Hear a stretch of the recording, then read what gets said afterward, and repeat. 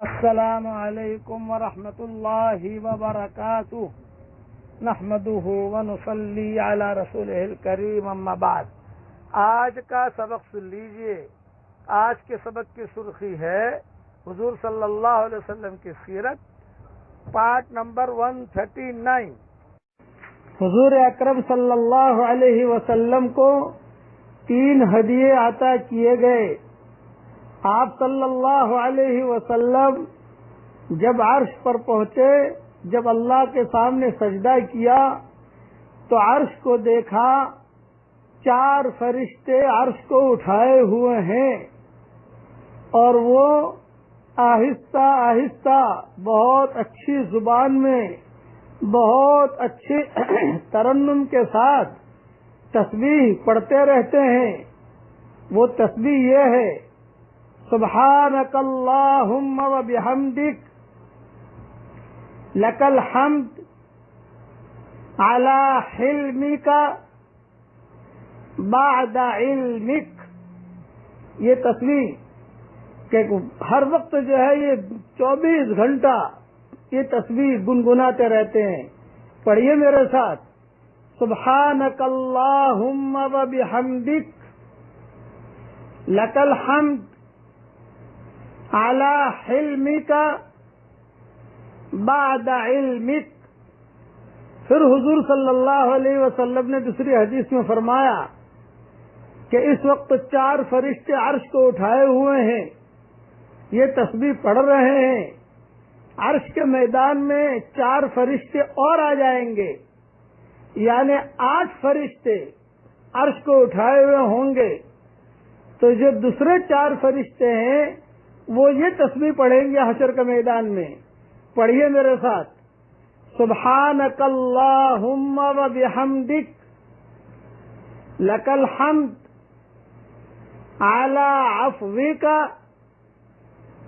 بعد قدرتک۔ یہ 4 فرشتے حشر کے میدان میں پڑھیں گے۔ حضور صلی اللہ علیہ وسلم نے یہ تسبیح جو 4 فرشتے ابھی پڑھ رہے ہیں عرش کو اٹھائے ہوئے سنی، اور اللہ کے دربار میں سجدہ کیا۔ پھر اللہ جل جلالہ عز والہ نے، ابو ہریرہ کی روایت میں یہ ہے، آپ سے آپ کے پروردگار نے کہا: اے پیارے نبی جی، میں نے تجھ کو اپنا خلیل اور حبیب بنایا۔ یہ وہاں بات ہو رہی ہے عرش پر، کرسی پر، جہاں کوئی فرشتہ نہیں ہے، صرف اللہ جل جلالہ عز والہ ہے اور حضور صلی اللہ علیہ وسلم ہے۔ راز و نیاز کی باتیں ہو رہی ہیں، اور یہ ابو ہریرہ کی روایت نقل کر رہا ہوں کہ میں نے تجھ کو اپنا خلیل اور حبیب بنایا اور تمام لوگوں کے لیے بشیر اور نذیر بنا کر بھیجا، خوشخبری دینے والا، ڈرانے والا۔ اور تیرا سینہ کھولا اور تیرا بوجھ اتارا اور تیری آواز کو بلند کیا، میری توحید کے ساتھ تیری رسالت اور عبدیت کا بھی ذکر کیا جاتا ہے۔ لا الہ الا اللہ محمد الرسول اللہ۔ اس کا مطلب یہ ہے کہ جہاں میرا نام لیا جائے گا وہاں تیرا نام لیا جائے گا۔ اب سنو ہمارے لیے خوشخبری، ہم جو یہ امت ہیں، ہمارے لیے خوشخبری، اور تیری امت کو خیر الامم، بہترین امت، ساری امتوں میں بہترین امت، اور امت متوسطہ اور عادلہ اور معتدلہ بنایا۔ شرف اور فضیلت کے لحاظ سے یہ اولین امت، اولین، اور ظہور اور وجود کے حساب سے آخرین بنایا۔ آپ کی امت میں سے کچھ لوگ ایسے بنائے کہ جن کے دل اور سینہ ہی انجیل ہوں گے، یعنی اللہ کا کلام ان کے سینوں اور دلوں پر لکھا ہوا ہوگا۔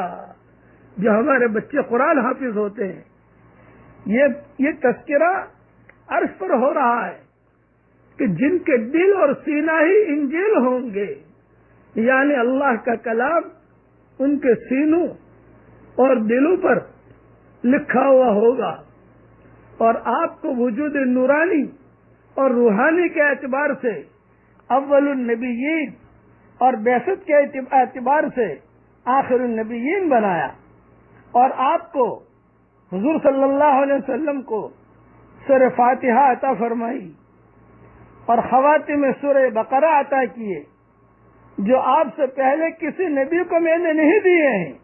یہ اللہ تعالیٰ فرماتے ہیں سورہ فاتحہ بھی ہدیے میں لے جائیے، سورہ بقرہ کی آخری آیت بھی لے جائیے، آپ سے پہلے میں نے کسی نبی کو نہیں دیے، اور آپ کو حوض کوثر عطا کی، اور 8 چیزیں خاص طور پر آپ کی امت کو دی ہیں، یہ بھی ہدیہ لیتے جائیے۔ اسلام اور مسلمان کا لقب، اور ہجرت اور جہاد، اور نماز اور صدقہ، اور رمضان کا روزہ، یہ رمضان کے روزے آ رہے ہیں، یہ وہاں ملے ہیں ہمیں، اور امر بالمعروف نہی عن المنکر، دعوت کا کام، لوگوں کو اللہ کی طرف بلانا، امر بالمعروف نہی عن المنکر، اور آپ کو فاتح اور خاتم بنایا، یعنی اول الانبیاء اور آخر الانبیاء بنایا۔ وجود کے اعتبار سے آپ سب سے پہلے نبی ہیں کہ اللہ تعالیٰ نے آسمان کو پیدا کرنے سے پہلے کئی ہزار سال، بعض روایتوں میں 50,000 سال پہلے حضور صلی اللہ علیہ وسلم کو پیدا کر دیا تھا۔ اور کتابوں میں یہ ہے کہ سورہ یاسین پڑھی تھی، یاسین والقرآن الحکیم انک لمن المرسلین، یعنی بے شک آپ رسولوں میں سے ہیں۔ یہ دنیا بنانے سے 50,000 سال پہلے پڑی ہے، روایتوں میں یہ ہے۔ تو یہ خود خطاب کر کے کہہ رہے ہیں انکا بے شک آپ رسولوں میں سے ہے۔ ابو ذر یا کوئی صحابی نے حضور صلی اللہ علیہ وسلم سے پوچھا کہ اللہ نے آپ کو کب پیدا کیا تھا؟ کیا اللہ نے آپ کو پہلے پیدا کیا یا آدم علیہ السلام کو پہلے پیدا کیا؟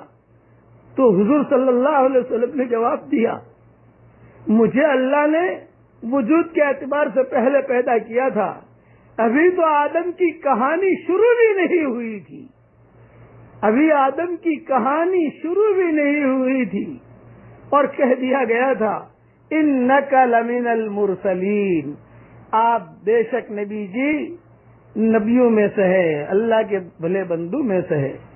بقیہ تفصیل انشاءاللہ کل عرض کروں گا۔